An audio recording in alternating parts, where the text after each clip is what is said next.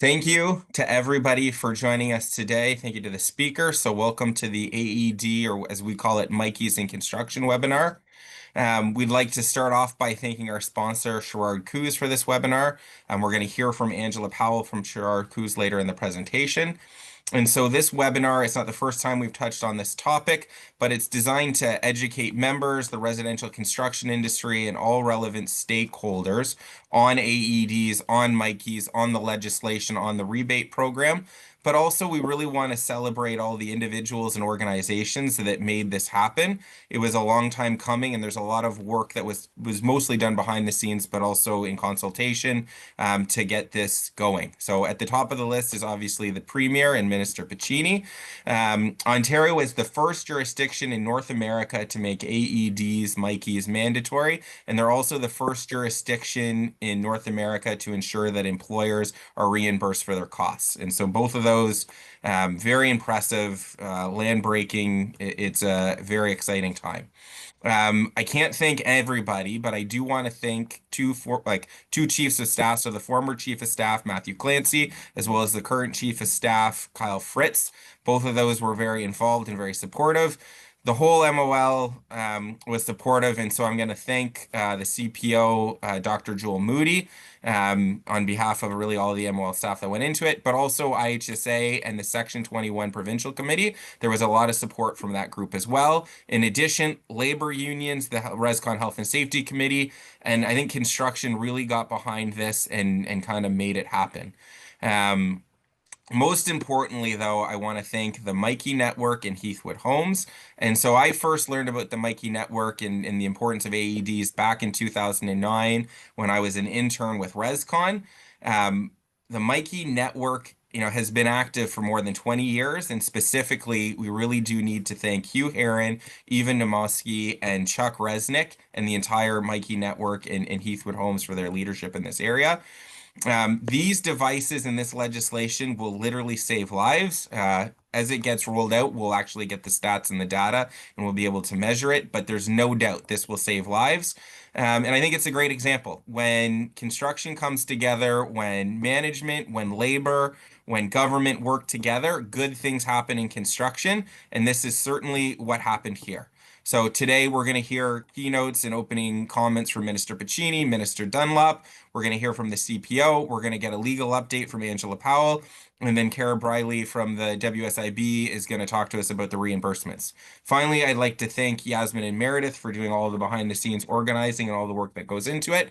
And just want to do a quick land acknowledgement. So we respectfully acknowledge that we're situated on the traditional territories and treaty lands, in particular those of the Mississauga of the New Credit First Nation, as well as the Anishinaabe of the Williams Treaties First Nation, the Huron-Wendat, and the Métis Nation. As RESCON's office is located in Vaughan, we are grateful to have the opportunity to work and live in this territory. And I'll turn it over to our first video. Thanks, everyone. Perfect. So to kick things off today, we have some video remarks from Minister Jill Dunlop. Minister Dunlop serves as the first Minister of Emergency Preparedness and Response. This was a new ministry that was established this year to strengthen the government's efforts in emergency management. She is a strong advocate for the skilled trades and promoting health and safety across the province. So we will play her video now.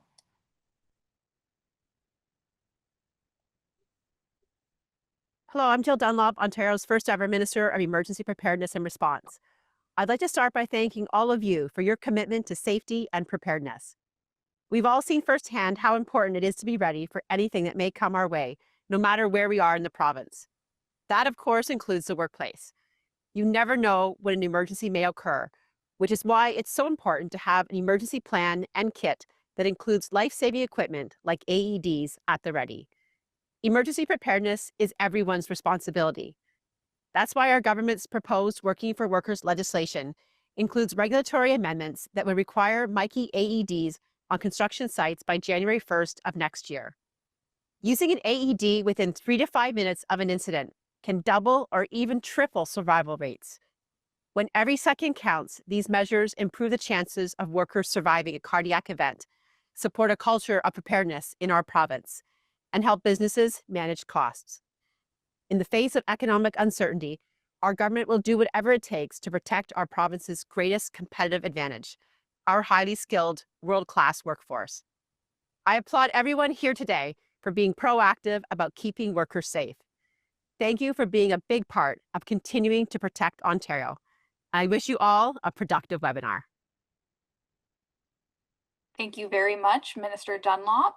Next, we are pleased to share video remarks from the Honourable David Piccini, the Minister of Labour, Immigration, Training and Skills Development. Minister Piccini has made it a priority for Ontario to be a leader in health and safety. This commitment is reflected in the initiative that we're talking about today, Working for Worker 7, and in particular, the AEDs on construction sites. These are definitely some important steps towards ensuring safer workplaces for construction workers, so we will play his video now. Hey everyone at RESCON, thank you for inviting me to share a few words. I'm David Piccini, Ontario's Minister of Labour, Immigration, Training and Skills Development. Every worker deserves to come home safe at the end of the day. That's why our government is expanding access to defibrillators on job sites across Ontario. Partnering with the WSIB and others like the Mikey network, we're ensuring job sites are ready to respond when seconds matter most. I want to say a huge thank you to RESCON, who've been so instrumental in this policy. They brought safety leaders together, they're bringing them together again, and we're thankful. By working together, we will continue to protect workers, continue to save lives. And so thank you for your ongoing partnership, for your work and your dialogue to help drive better public policy in Ontario. Thank you, Minister Piccini. We look forward to continuing our work with your ministry. And next, we are lucky to have Dr. Joel Moody live with us here today. So he is the Ontario's Chief Prevention Officer and is truly a champion for worker health and safety.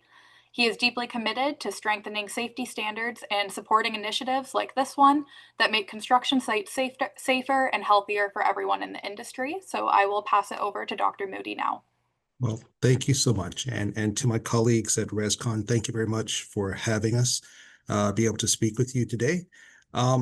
As you've heard from the minister and as you've heard from my minister as well, legislation is moving.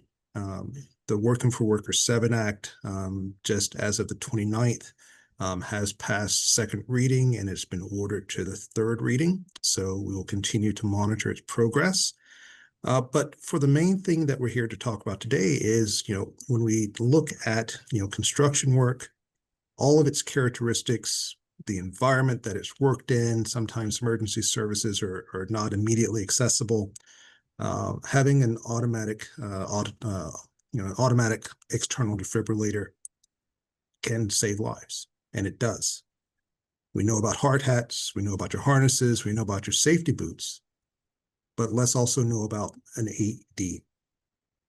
As a physician, I've unfortunately had situations where we've worked with patients that went into cardiac arrest, and one of the only things that can actually provide the opportunity to help them is, how do we get the heart started again? And that's exactly what happens with an AED, because when a cardiac arrest happens or arrhythmia, every second counts. Without that immediate intervention, survival rates drop by more than 10% every minute. And without the defibrillation, we know that CPR isn't enough sometimes. And it's only that AED that can restore that normal heart rhythm. So having one on site and knowing how to use it can save a person's life, especially before other types of emergency interventions can arrive. Tons of stories we know.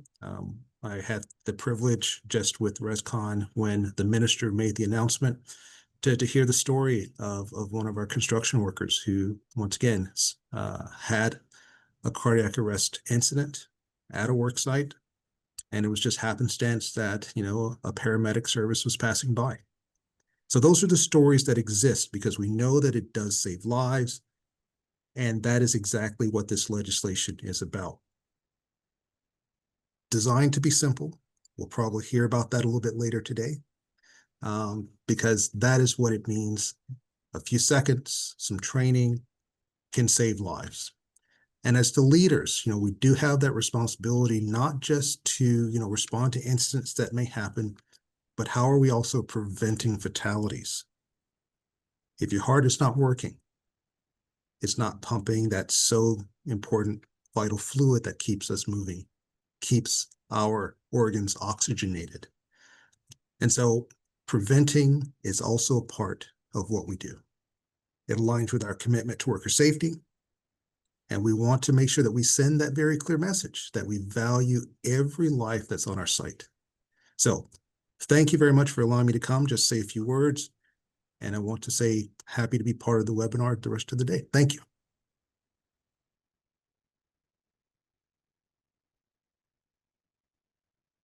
Thank you, Dr. Moody. It's always a pleasure to have you speak at our events, and we hope to have you at our next one as well. Thank you for highlighting how important the AEDs will be and how good they are to have on site. So next up, we have Angela Powell from Sherrard Coos. She'll be providing a legal update. So Angela is a dynamic leader in workplace safety and insurance with over 20 years of experience in both the private practice and the highest levels of government and policy. She currently leads the Sherrard Coos workplace safety and insurance practice after working for the WSIB. With that, I'm just going to pass it over to Angela. Thank you for being here today. Thank you so much. And I'll see if I can share my screen here. Go. Make sure everyone can see that. Perfect. So I'm here today just to give a brief overview of what the main topic today, which is the new AED requirements for the construction sector. And I'll just touch on some of the details and commentary about the latest surplus distribution from the WSIB at the end of the presentation.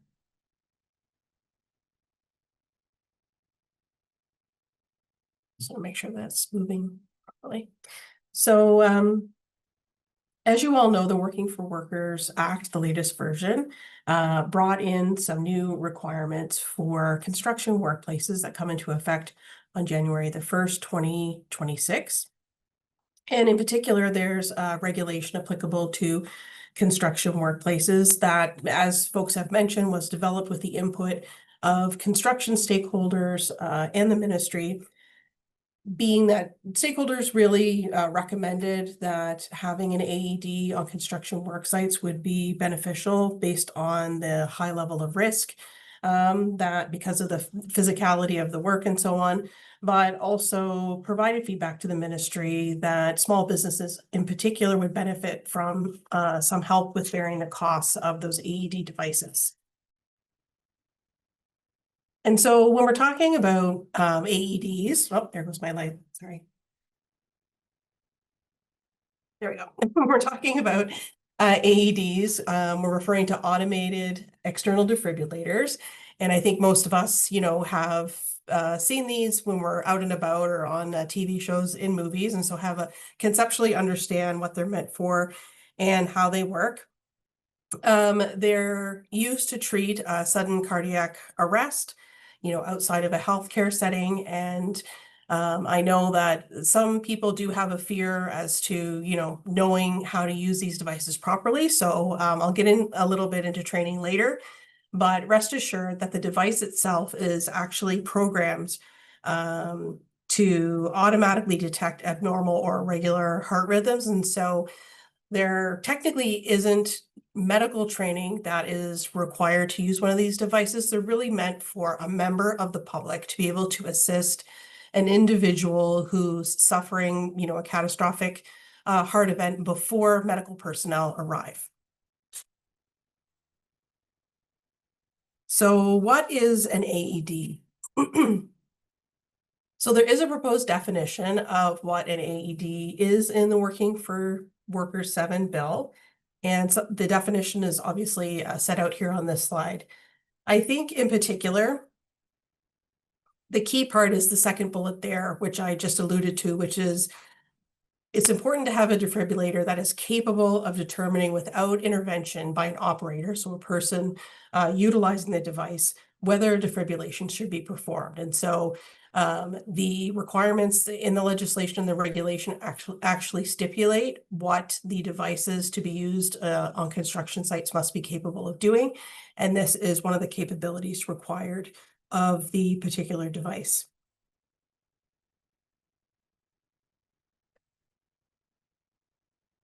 So part of the rationale for requiring or recommending the use of AEDs in a construction setting, and my understanding of why construction stakeholders worked with the ministry to do this, in addition to, health and safety representatives, is that construction workers are at higher risk of cardiac arrest due to the physical nature of the work. And I think, as mentioned earlier in one of the earlier videos, that it's really critical to treat a heart attack or a cardiac event as quickly as possible. And using an AED in combination with CPR in the first few minutes of a cardiac arrest can increase the chance of survival by 50%.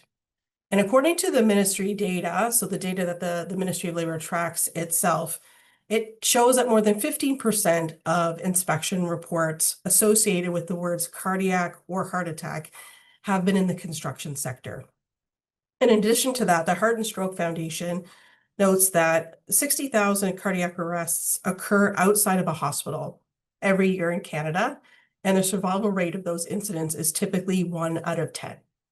So it really is critical to have this important tool available on a work site, and it can really, save lives at the end of the day. So who does it apply to? The regulation specifies that construction sites where 20 or more workers are regularly employed on a project, and where the work is expected to last 3 months or more, is where an AED is required to be on site at all times. So it's really important to review projects that you have ongoing, looking at the timelines and the team size that you have now before these requirements come into effect on January the 1st.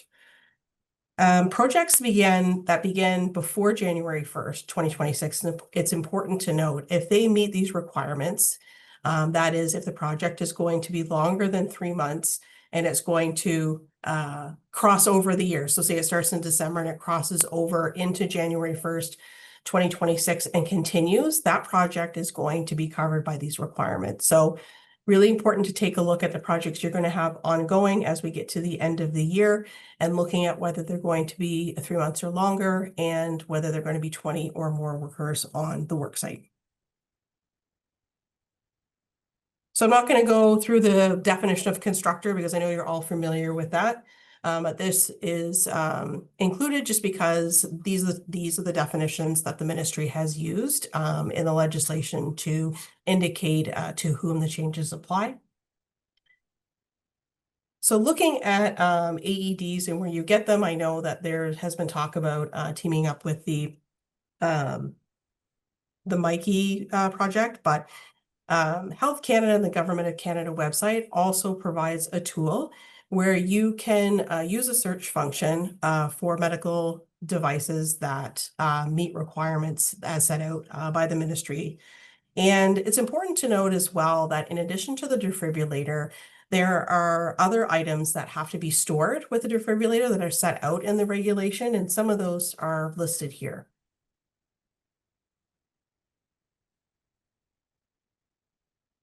In addition to that, it's really important to understand and to follow the manufacturer's instructions with regard to how you store your AED on the work site. It has to be stored in a suitable place, and I think that there is risk of damage to the device if it's stored in extreme temperatures, which of course we experience here in Ontario, moisture and direct sunlight. So perhaps looking for the advice that's offered by the manufacturer with regard to the best place to store the device is important. It must be unobstructed and in a location with easy access. And so I would suggest that you proactively keep that in mind when you're deciding where to locate the device, just to ensure that it's not in a location where it could be easily blocked by, a large truck, construction equipment, and otherwise. So just keep that in mind when you're deciding where to locate the AED device on the construction site. There are specific labeling requirements and signage requirements, and this is just to ensure, I think, that there's a universal language and symbols that are being used so that anyone in the vicinity can easily locate the AED if there is one on site. So with regard to additional requirements, although technically you don't have to be a medical professional to operate an AED, it is recommended. And of course, there are concurrent obligations that construction employers have under the Occupational Health and Safety Act to ensure that a competent worker is knowledgeable and operating the equipment. And in addition to that, there's another requirement that I'll speak to later. So the recommendation is to offer CPR and AED training to folks on the worksite. Technically, not everyone requires the training, but of course, it would be a best practice to do so to ensure that as many people as possible do understand how to use this equipment and to provide CPR to their coworkers should there be a medical emergency. There's also a requirement to keep a record of inspections, including the date and name of the competent worker that have to be kept with the AED device itself. And so, as I mentioned here, although not all workers on the site need to be trained in how to use the AED, there has to be at least one worker who's trained in CPR and using the AED on the worksite at all times. The ministry has partnered with the WSIB to offer a reimbursement program. And so as of April 2025, I think the average cost of an AED is around $2,300. And so recognizing that that may be a significant cost for small employers in particular, the WSIB is going to be offering a reimbursement program. Details that are pending. I took a look at the WSIB website this morning and haven't seen any further details, but I'm sure that they will be releasing those soon with regard to how to claim a reimbursement for the equipment. Just talking a little bit about potential liability when it comes to using a device such as this and providing first aid to an individual. There's often a worry, among individuals about, if I use something like this and, what if I somehow injure someone or I don't use it properly? Is there a chance that, I could be liable from a legal point of view? Generally, the answer is no. So we do have a Good Samaritan Act here in Ontario. There are similar acts across most of the other provinces. And in fact, New Brunswick, for instance, actually specifies using an AED in providing first aid to someone is, not something that will be captured by liability as long as it's used properly. In Ontario, it simply just refers to first aid. And what I would say that unless you're looking at a situation where there is gross negligence, that in providing first aid or assistance to someone, you're not going to find yourself being sued for, anything that results from that, because the understanding is that AEDs are really meant to be used not by trained medical professionals. And the reason that they're there is to offer help until medical professionals do arrive. And so the Act does talk about gross negligence. So just to give you a sense of what that means, it really isn't a situation where someone is careless or they don't maybe have the level of knowledge that they need to operate something. It really is, as you can see here in the second bullet on this slide, involving aggravated, flagrant, or extreme actions. And so really getting into, intentional harm, pretty much the borderline of intentional harm, and it isn't really related to carelessness. And so that's how the legal system and the legislature has tried to strike that balance between encouraging individuals to offer help as a Good Samaritan or a coworker, and to not be worried about potential legal fallout coming up out of that. So I won't go through all of this. I know all of you are very familiar with the requirements in OSHA as an employer, but just to say that, of course, these are concurrent obligations in the workplace and that employers must take every reasonable precaution in the circumstances. And so that operates in parallel to the requirements under the new regulations and the Working for Workers 7 Act relating to AEDs. Same thing as it relates to supervisors. I won't go through this in detail unless there are questions, knowing that most of you are familiar with this. So as it does relate to the Occupational Health and Safety Act, or OSHA as we call it, there is a due diligence defense, which applies to the sections here, most of which are related to taking reasonable precautions in the circumstances and so on, so relating to the protection of workers in the workplace. And so it is a defense for an accused to prove that every precaution, reasonable in the circumstances, was taken to avoid a specific event. So this operates in addition to the protections that I mentioned before under the Good Samaritan Act. And here are some tips for due diligence and, preparing the proper documentation that you can, provide in the event that you are subject to an inspection or an audit, looking at compliance with regard to the requirements under OSHA, including these new requirements. We always recommend developing written policies, practices, and procedures, and we recommend adding, the AED requirements to that, keeping records and maintenance of the inspection of AEDs, because that is a requirement as well under the regulation coming into effect in January. In addition to the training requirement for using the AED and for CPR, and keeping records to illustrate that you actually did have at least one individual on the work site for every shift and the name of that individual who has received that training. And then, of course, the other typical records that we would recommend that you keep in the workplace. In addition to that, of course, just a reminder to have proper documentation and records when you are working with a subcontractor. We always recommend having providing policies and requiring sign off by the subcontractor, and similarly collecting their policies as well and requiring sign off. And then, all of these other safety measures and compliance measures to put in place, just to ensure that you do have the documentation to support that proper procedures and policies were in place, were acknowledged by all parties, just in the event that unfortunately something does happen in future, like an accident. So just jumping to the WSIB surplus and rebates quickly. So it was announced yesterday, actually, by the WSIB that the distribution that they were planning to issue to employers in October has occurred. And so eligible employers should be able to see that you have a credit on your account, or that the balance on your account has changed with the WSIB.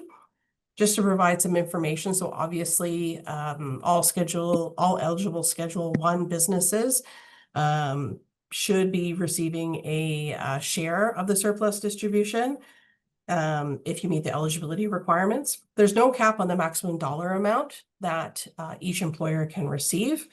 And the WSIB noted that the rebate's expected to be around 61% of the premiums that employers paid in 2024. And so, of course, this is the third rebate distribution that the WSIB has engaged in, the first being in February of 2022, and then one earlier this year as well.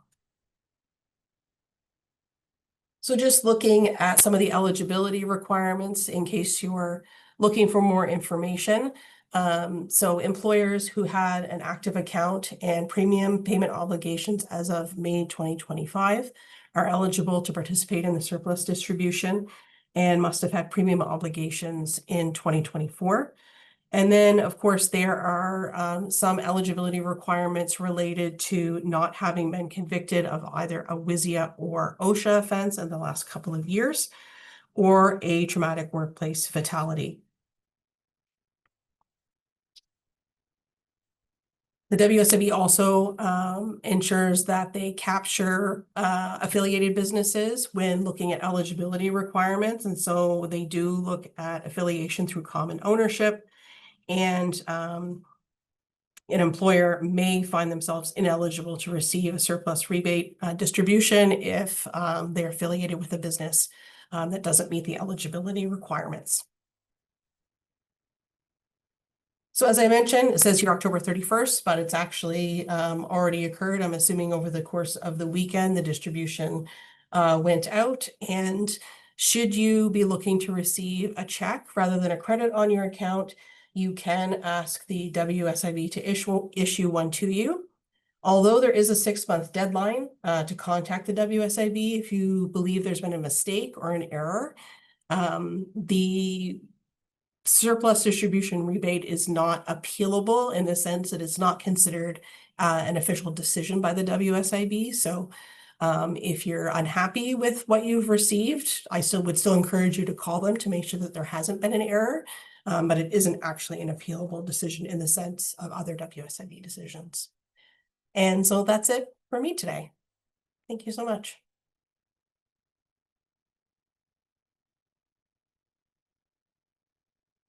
Perfect, Angela. Thank you for the presentation. That was very helpful for a lot of us. We do have a couple questions in the chat, if that's okay with you. So the first question we have, so over the 3 months, now does that refer to the project lasting over 3 months, though rarely having over 20 workers present, or when 20+ workers are present regularly for a 3-month period during a longer project? So could you repeat the first part of the question? So I believe they're asking, like, over the 3-month period, does that refer to the project lasting over 3 months? Because rarely projects will have over 20 workers present. Usually I they're don't think that it necessarily means that you have to have 20 workers present at the same time. I think it means that if they're going to be over 20 or more workers working on a project that lasts more than 3 months, that an employer will be captured by the requirements. perfect. And then we just have another question here. So to clarify, if a construction site only has 10 employees, but they'll take 10 months to complete the project, then an AED would be required on site.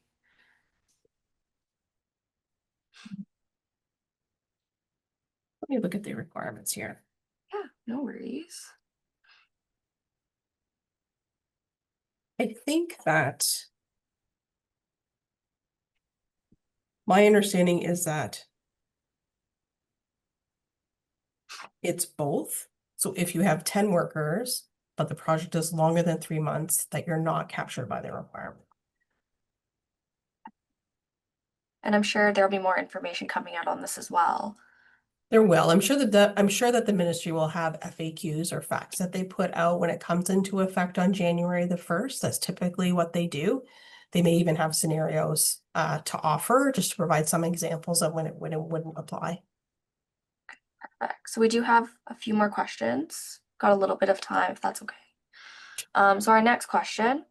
So is the requirement limited to the constructor, so the builder, or do subtrades also have to have AEDs? So for example, does an employer on the site have to have an AED for a drywall contractor, a foreman contractor, as well as the builder, or would it just have to be the one AED from the builder? It says that it applies to a constructor, and that's defined as a person who undertakes a project for an owner and includes an owner who undertakes all or part of a project by himself or by more than one employer.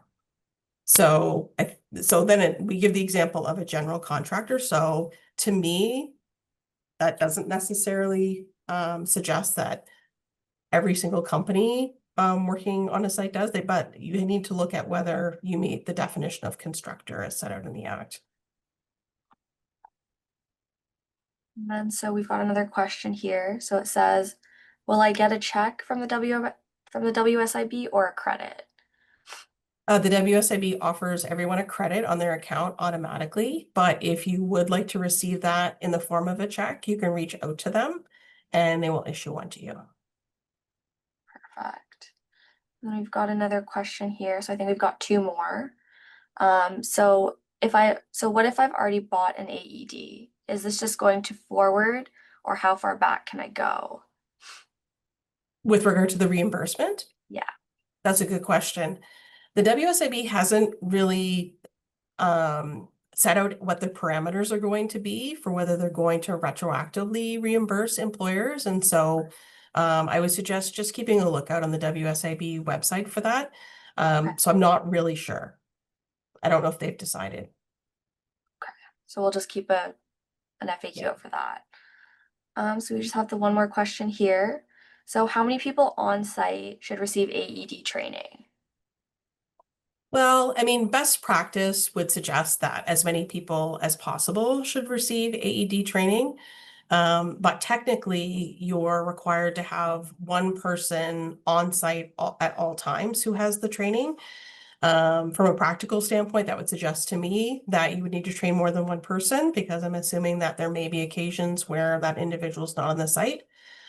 So my suggestion would be as many people as possible, as long as it's not cost prohibitive, obviously. And then we just have one last question that just came in here, and that'll be the last one. Do you believe that there will be a grace period to get training completed and purchase the AEDs, or is January 1st the expectation to have all of this in place? The ministry hasn't indicated that there will be a grace period. And so usually if there's going to be one, they explicitly communicate it.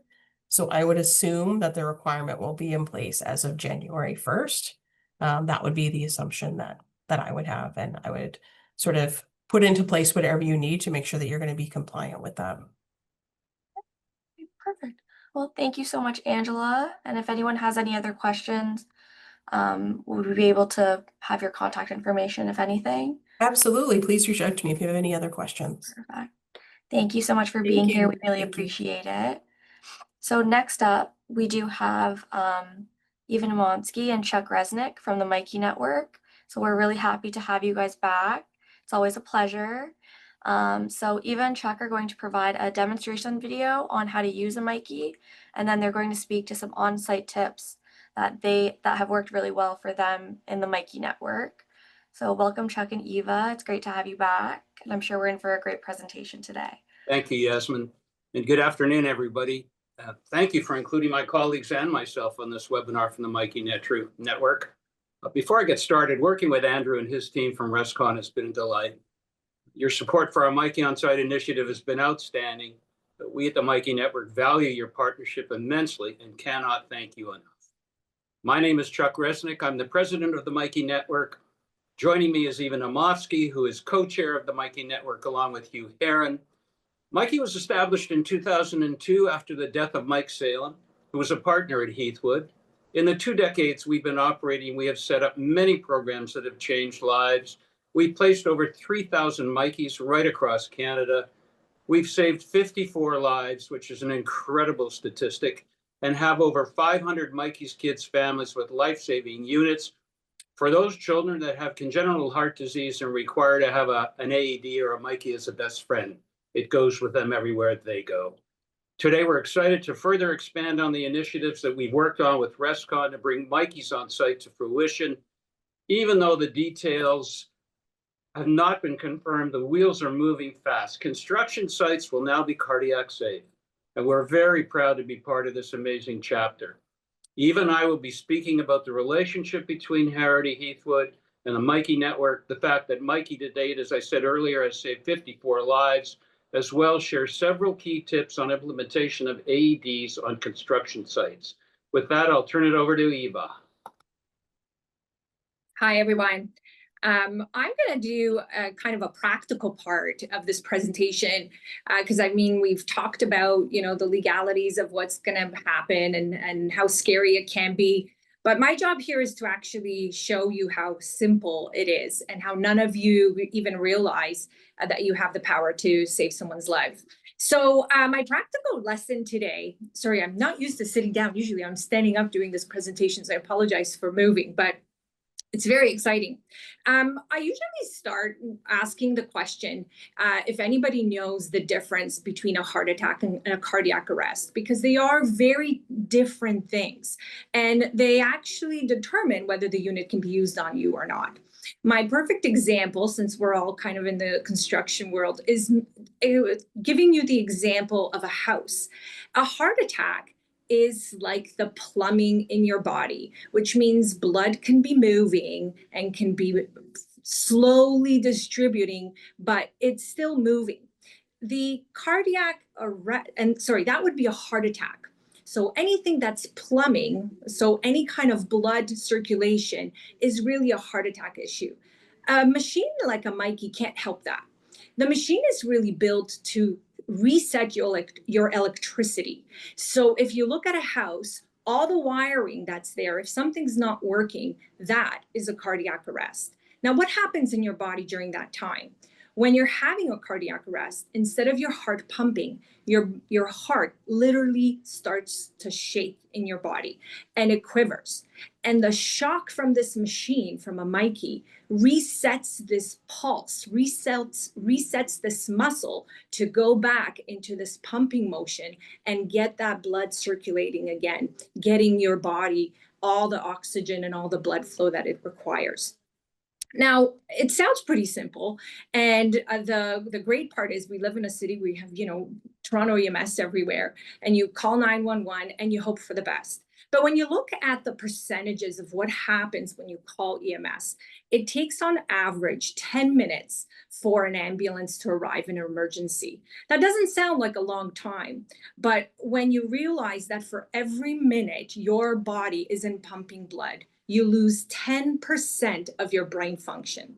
Now, all of you can do pretty simple math. So for every minute times 10, that means 100% of your brain function is probably gone by the time the ambulance arrives. So it's really important to have that machine on site, to have people aware where it is, to not be afraid to pull it off the wall and apply it to the victim if that happens. Now, the next step I'd like to do is I'd like to play a really simple video. I was going to do it live, but it's a little harder on camera here. It's 2 minutes. I want to show you how simple it is to use a machine. If you can please play the video. Yeah, I can play it for you guys now.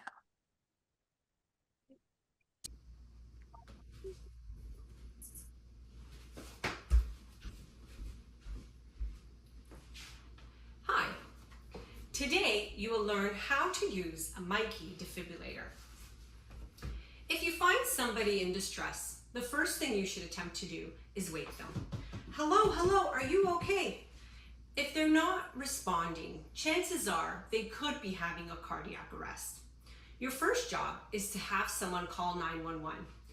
Please, someone call 911 and bring me a Mikey defibrillator. As soon as the Mikey arrives, open the case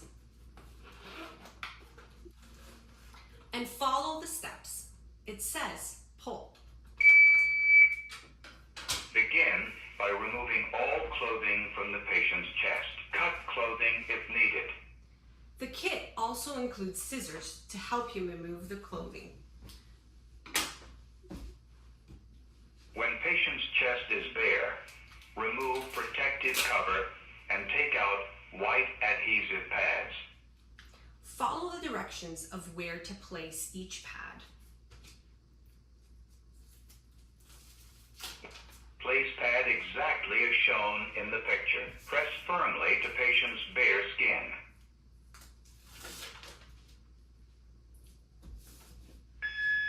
No one should touch the patient.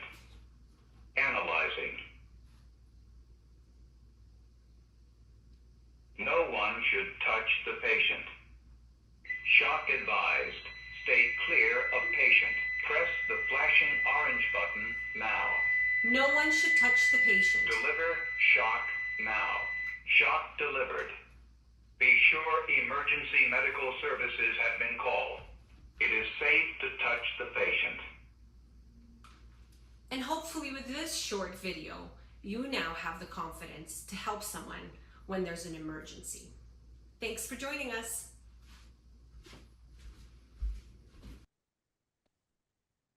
So that was pretty simple, and it's kind of interesting because, I've been part of the Mikey network since Mike passed away. So I've been here for over 20 years. And, my family has heard about the Mikey network, has attended all our functions, and they kind of know that this is part of my life. And I'm going to tell you a really interesting personal story because it really changed the way I think about defibrillation in an interesting way. One year, I brought a dummy, like you saw in the video, and I brought a trainer home for Christmas. And we had all this family come over and everybody's gathered around. I'm like, I thought it would be fun to do kind of an interactive moment with all of you. and they were all sitting there with their mouths open. I was like, what, why are you guys all surprised? Like, what's happening here? And all of them have never seen the actual presentation. They've never seen how simple it was. I came back to the office and I said, guys, we have a problem. We have a bigger problem. I know we talk about Mikey and we've shown these machines, but most people don't even really know how simple it is. We need to do something. And from that kind of grew our Mikey Young at Heart app.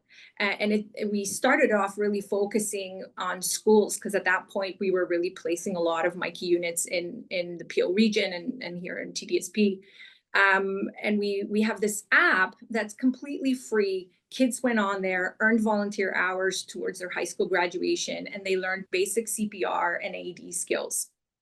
And we are at a place now, we're very excited to say that we are building our new app that's going to be for the general public. And so anybody that, is at construction sites going forward can jump on this app. Employers can pass it on to them. They'll be able to learn these simple skills. They'll get a certificate at the end that they've completed education. This is not formal training, but it is education.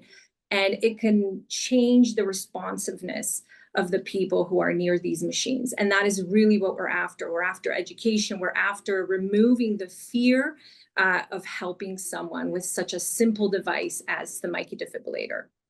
So with that, I'd like to share a picture, and this will kind of be a good segue for Chuck to move on to the next part.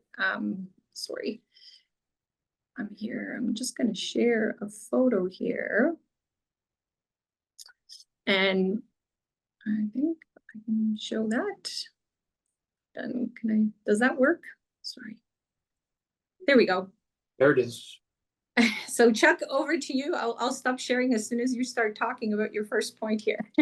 Okay, thanks, Eva. So now I'm going to move on to 3 key recommendations for a Mikey on site.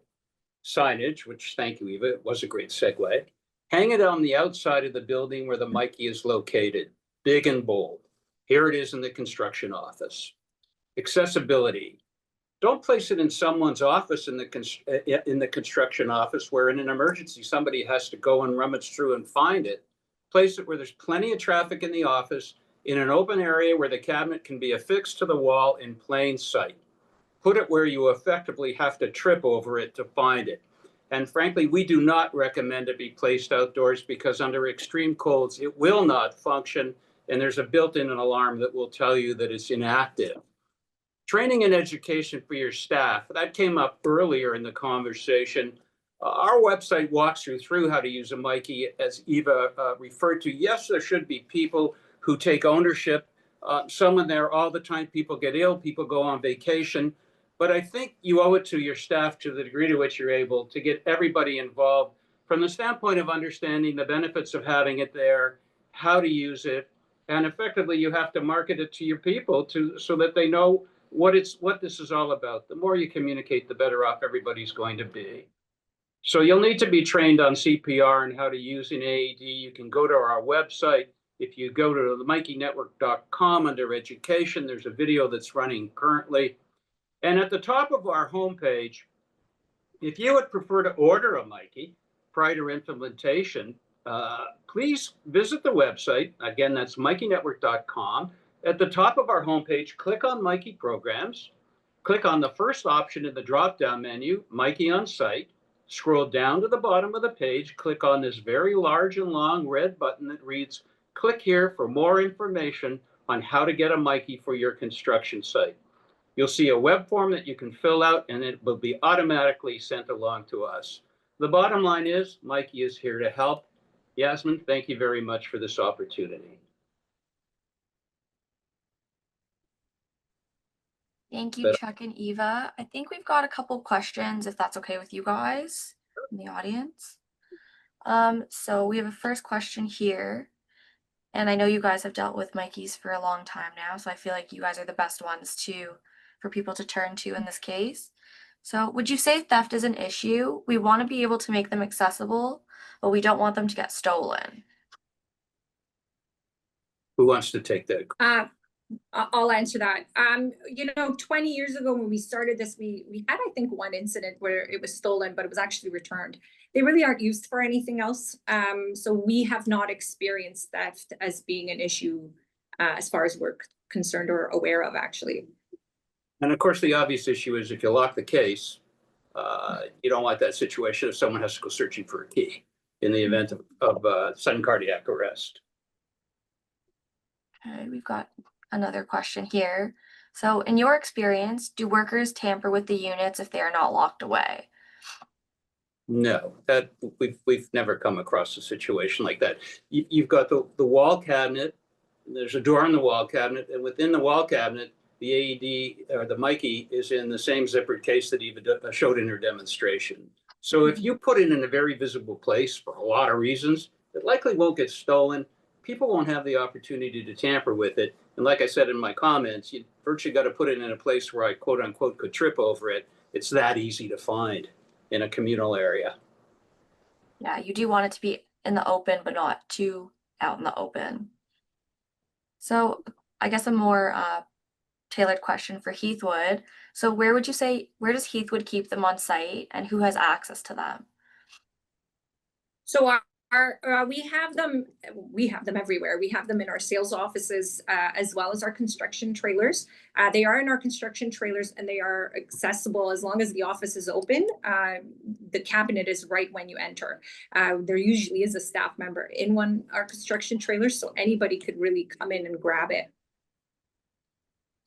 Perfect. And so what was the response from the Joint Health and Safety Committee, and how many Heathwood workers would you say are trained on AEDs?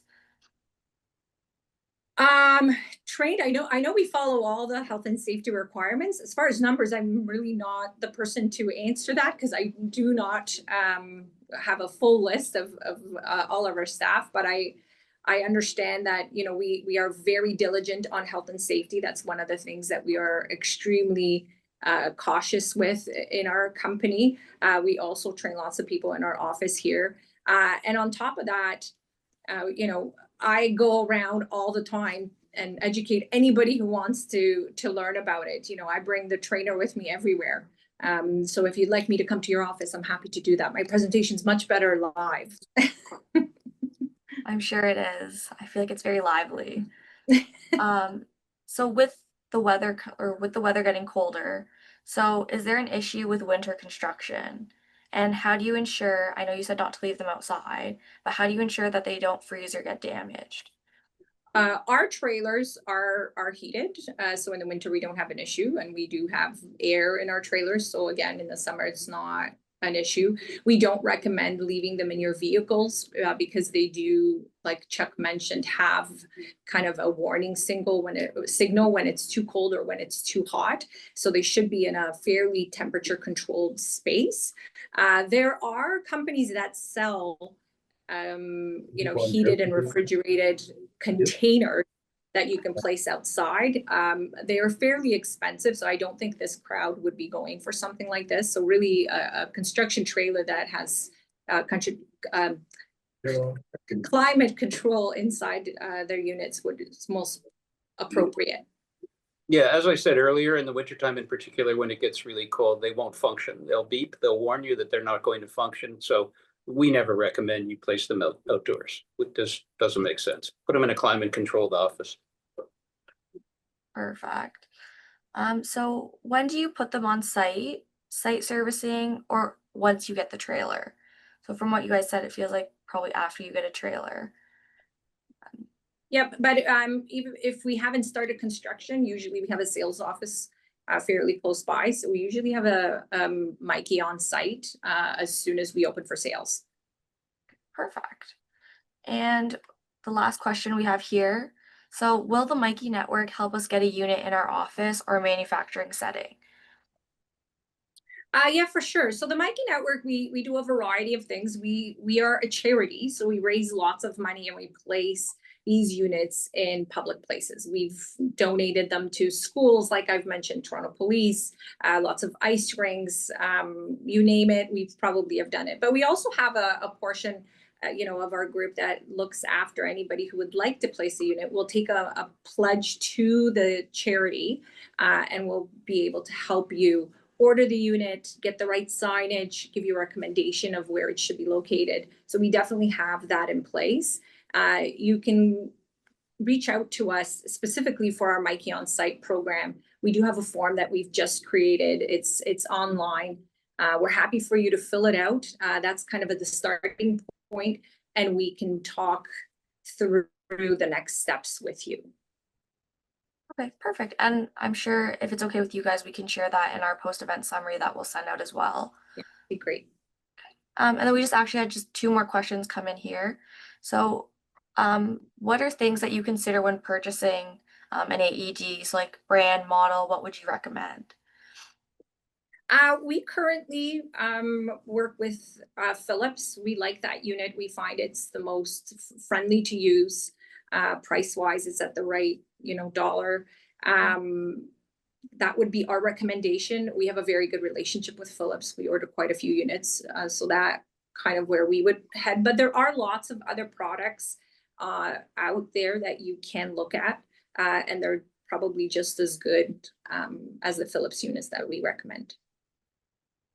Perfect. And then the last question here. So this is more tailored to, I guess, components after you have an AED on site. So what components need to be replaced after an AED is activated, if any do need to be? And then what do you need to consider for long term in terms of having an AED on site? So our Philips units are, they have an 8-year warranty from the manufacturer. So that's pretty good, I would think. I don't know any other appliance kind of that would give you that length of a warranty. They have 5-year batteries. So every 5 years you'd have to replace them.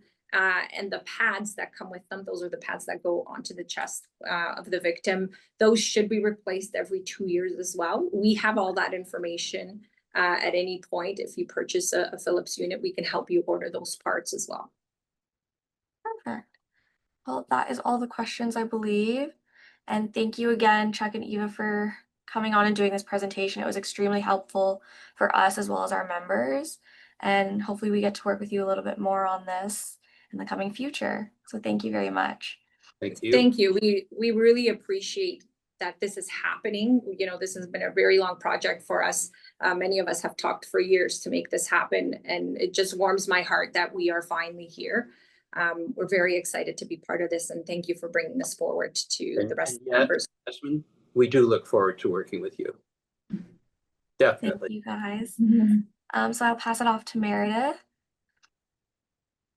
Thank you for that great presentation. So next we are going to have Carrie Briley, the Director of Workplace Health and Safety Services at the WSIB. Carrie will share a brief presentation on the proposed reimbursement program for AEDs on construction sites. So we will pass it over to her now. Thank you very much. And thank you for the invitation. Some great presentations today. And it was alluded to in other presentations, but WSIB is very excited to partner with the ministry. Right now, we're preparing to administer the AED and construction reimbursement program. So today I'm going to introduce the proposed WSIB AED reimbursement program for construction projects. I'll cover what we know so far as the legislation develops, and please note that the details of this program are subject to change based on the final legislation and regulations. I do have some materials. I think somebody was going to share that on my behalf today. We will pull that up right now. Thanks so much. No problem. And I'll just launch into it. So the next slide, the program is designed to help the constructors offset the cost of the AEDs when Bill 30 passes. When the 7th Working for Workers Act does pass, the WSIB will support eligible projects by reimbursing the cost of one AED per construction site, provided certain criteria are met. To qualify, the construction project must always have a trained first aider on site, regularly employ at least 20 workers, which was talked about earlier, and last 3 months or longer. It's also important to note that the constructor not the employer or project owner that's eligible for the reimbursement. So the constructor is a defined term under the Occupational Health and Safety Act. Ultimately, it's the person responsible for health and safety of the people on the project site. At this time, we're not expecting any cap on the number of reimbursements a constructor can receive, as long as each claim is for separate qualifying projects. And the reimbursement program will be limited to the initial cost of the AED. The ongoing maintenance and operator training costs would not be covered under the reimbursement program, and the decisions about the reimbursements are final. Moving on to the next slide, just talking a minute about why we're doing this, and I think a lot of the previous presenters reiterated this as well. And firstly, it's because AEDs save lives, making them more accessible on construction sites. We're supporting safer workplaces and stronger communities. In addition, WSIB is modernizing our services, including first aid training, to better align with other Canadian jurisdictions.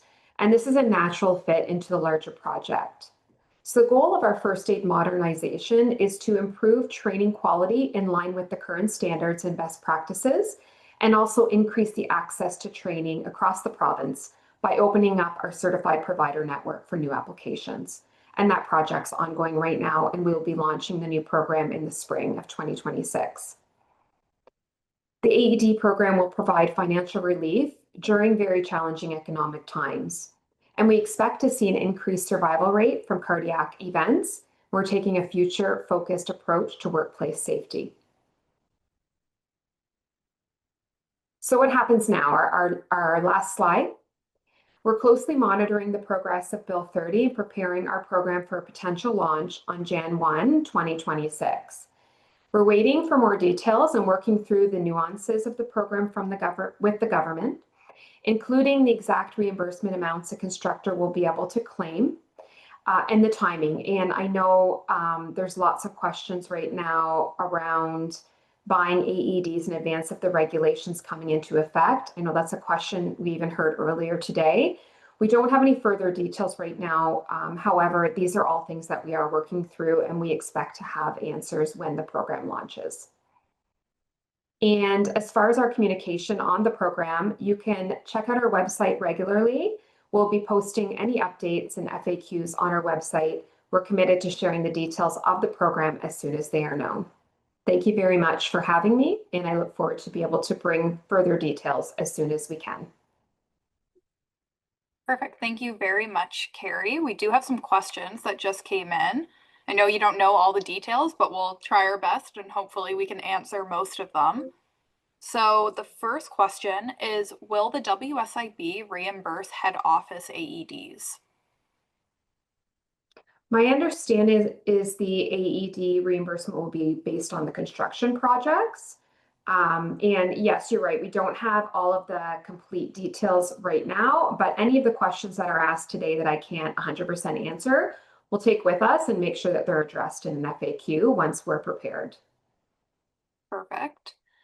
And then the next question is, will the AEDs be paid for from the WSIB surplus? That's a great question. There will be a pool of funding aside from surplus. I think it's very separate on where the finances will be coming from to support the program. Perfect. Then our next question is, how long will the rebate program run? This is another piece that we are working through the dates. We're expecting at this point, most likely an 18-month period. However, that is yet to be finalized as well. Perfect. So we'll look forward to that in the future. The next question is, if I have a large project, for example, multiple towers, can I get more than one unit? So the question is around, it's one project, one site, or do we have multiple sites? It would be one site, just multiple towers on the site. So we'll take this one away. I don't want to say for sure what the answer to that will be. My understanding is that it's one AED per project, but certainly it sounds like there's some nuances to that I don't want to misspeak. So I'll take that one away. Perfect. The next question is, will you provide credits for past purchases? We bought units in the summer when the legislation was introduced to make sure we were in compliance by January 1st, 2026. And I do know that this is one of the main questions people have right now. I do anticipate there will be some parameters around when the AEDs must have been purchased. It is recognized that when you're launching a project or you're running a project in the winter months, you're preparing now, or maybe even preparing a couple of months ago. And so I expect there'll be some component of retroactive reimbursement. I just can't commit to the timelines and the dates around that until the details are known. Sounds good. Then the next question, if a unit is stolen on site, would I be able to get a second one? Yeah, that's another great question. I will take that one away. I hadn't actually considered that until I heard the question here a little bit earlier around theft and tampering. I would expect there'd be some type of insurance coverage for that versus the reimbursement program. However, we can take that one to consider for the FAQ as well.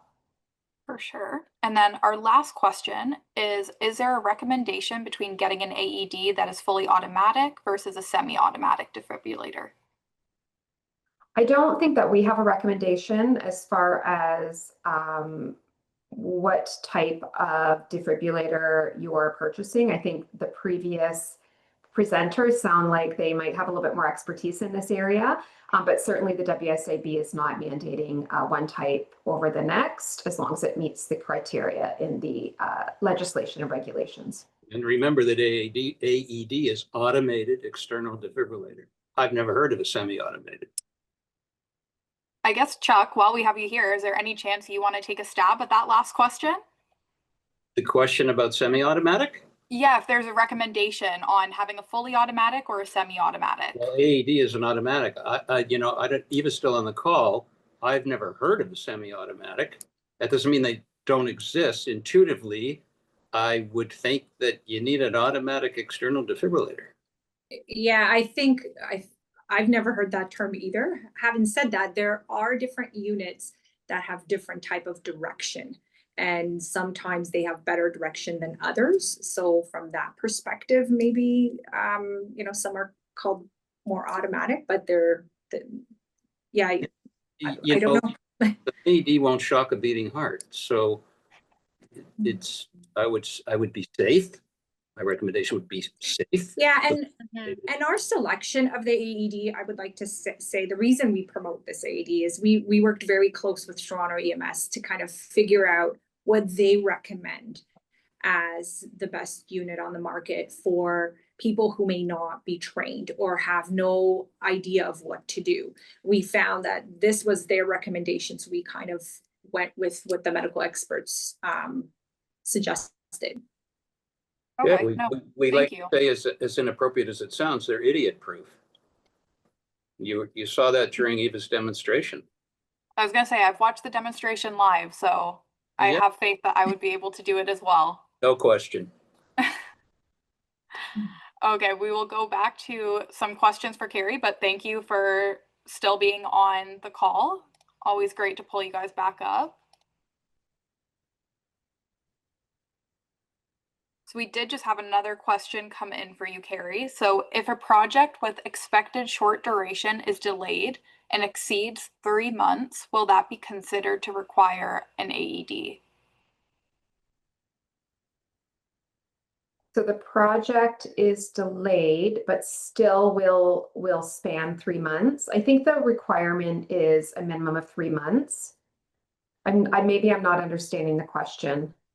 I think the way I'm understanding it is that it wasn't supposed to exceed 3 months, but now it will due to delays. I would think that would qualify for reimbursement under the program. We'll take that one away as well to confirm when the FAQs come out. Perfect. Great So question. that is all of the questions. Thank you very much. I know it's probably not the easiest thing to answer right now when you don't have all the information, but we are very grateful that you joined the webinar today and answered some questions and provided some information on the things you do know right now. So Yeah, thank you again. You're welcome. Can I respond to the semi-automatic versus automatic since it's first time? For sure, I will bring you back up. Okay. I Googled it while you were speaking. I was listening. I can listen. I can multitask. Research concluded that though errors with AED uses are rare, in the ones that do occur, 72% of the errors are because of the operator or circumstances of use. Fully automatic AEDs may prevent the majority of these errors. Yeah, it's you tweaked my curiosity because we, like Eva said, we have what we have. I didn't even know they existed, so I'm going to go research that. Well, we're all learning something new today. Yeah. Perfect. Well, thank you for going and doing that back end research very quickly. You're welcome. We will move into our closing remarks. Just give me one moment. So we just want to thank all of our wonderful speakers and attendees for joining us today. We hope today's discussion offered valuable insights and helped clarify the employer's role in preparing for the addition of AEDs on construction sites. As more information becomes available, we'll be sure to share updates with our members. Our post-event summary will include a link to today's webinar and with some additional resources. A special thank you to our sponsor, Sherrard Coos, and for their continued support on this webinar. Thanks again, everybody, and have a great day. You. Thanks, everyone.